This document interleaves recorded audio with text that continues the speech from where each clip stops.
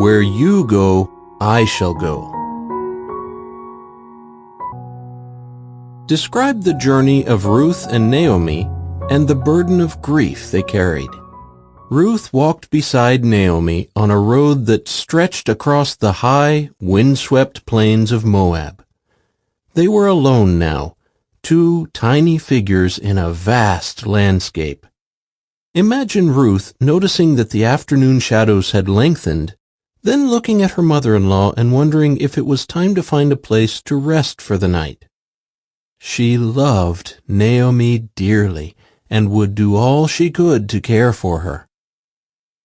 Each woman bore a heavy burden of grief. When Naomi and Ruth arrived in Bethlehem, Naomi met her former neighbors. She told them, "I was full when I went, but Jehovah made me return empty-handed." Ruth 1:21. Imagine how Ruth must have felt on hearing those words from Naomi. Ruth had gone out of her way to help Naomi. Ruth had wept with her, comforted her, and walked with her for days on end.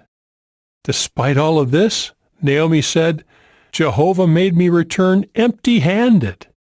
With those words, Naomi did not even acknowledge the support of Ruth, who was standing next to her.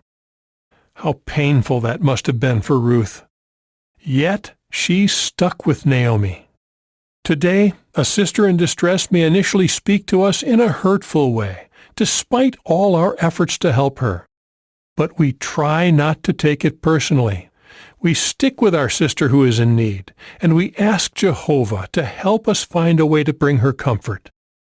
A sister in need of assistance may at first refuse our help. Still, loyal love will move us to do our best to stick with her.